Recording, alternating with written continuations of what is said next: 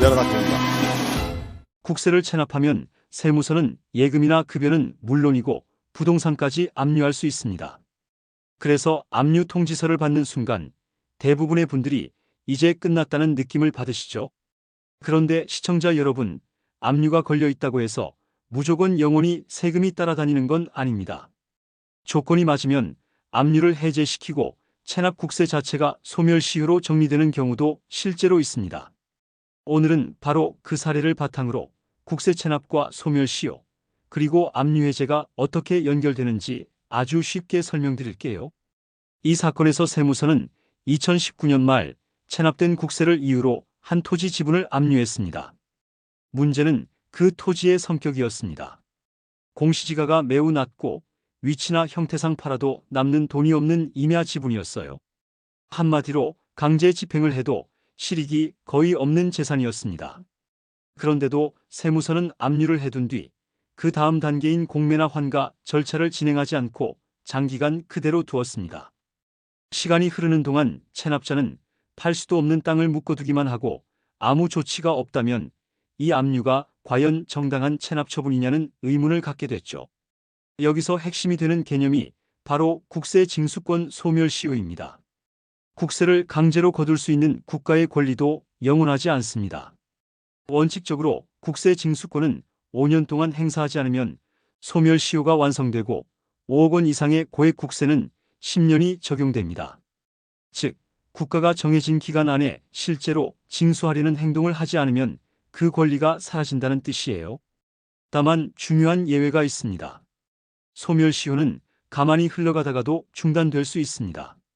대표적인 중단 사유가 납부고지, 독촉, 교부 청구, 그리고 압류 같은 체납 처분입니다.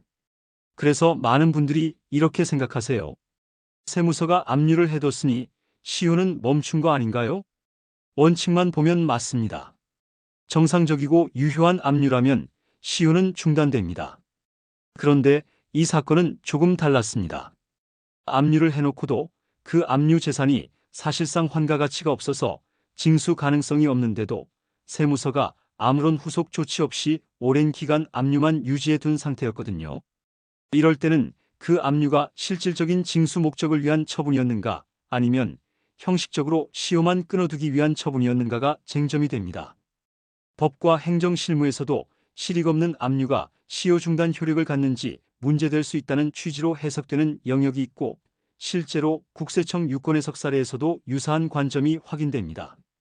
의뢰인은 결국 국민권익위원회에 민원을 제기합니다. 환가가치 없는 토지를 압류만 해두고 수년간 방치한 것은 실익 없는 체납 처분이다. 이런 압류로 소멸시효 이익을 막는 것은 부당하니 압류를 해제해달라.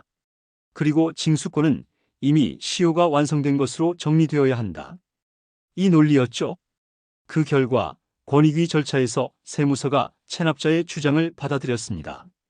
토지 압류는 해제되었고 동시에 국세 징수권 소멸시효가 완성된 것으로 처리되면서 체납 국세가 정리되었습니다.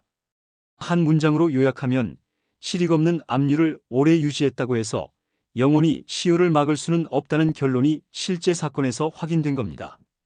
이 사례가 주는 실전 포인트는 명확합니다. 첫째, 체납 세금이 있다면 마지막으로 국가가 징수 행동을 한 날짜를 반드시 확인해야 합니다. 납부고지나 독촉이 언제 있었는지, 압류가 언제 들어왔는지, 그리고 그 뒤에 실제 환가 조치가 있었는지가 시효 판단의 핵심입니다. 둘째, 압류가 걸려있는 재산이 실제로 징수 실익이 있는 재산인지 따져야 합니다. 공시지가가 지나치게 낮거나 공유 지분이 극히 미미하거나 비용을 빼면 남는 게 없는 재산이라면 형식적 압류 문제를 제기할 여지가 생깁니다. 셋째, 이런 상황에서는 혼자 고민하지 말고 행정적 구제 절차를 적극적으로 활용해야 합니다. 고충민원, 이의신청, 행정심판 등 각 절차는 사건의 사실관계를 정리하고 시효 진행 여부를 다투는 실질적 통로가 됩니다. 국세 체납과 압류로 오랫동안 묶여 계신 분들 중에는 압류가 있으니 절대 안 된다고 단정해버리는 경우가 많습니다. 하지만 실제 사건처럼 압류의 실질과 시효의 흐름을 정확히 따져보면 길이 열리는 경우가 있습니다. 혹시 여러분도 국세 체납으로 압류가 오래 유지되고 있거나 압류 재산이 사실상 쓸모없는 재산인데 계속 묶여만 있다면 지금이 바로 점검할 시점입니다. 마지막 징수행위가 언제였는지, 그 압류가 실질적으로 유효한지, 소멸시효가 완성될 여지가 있는지 함께 검토해 보세요. 저희 면허닷컴이 사례 기반으로 정확하게 도와드리겠습니다. 지금까지 면허닷컴이었습니다. 시청해 주셔서 감사합니다.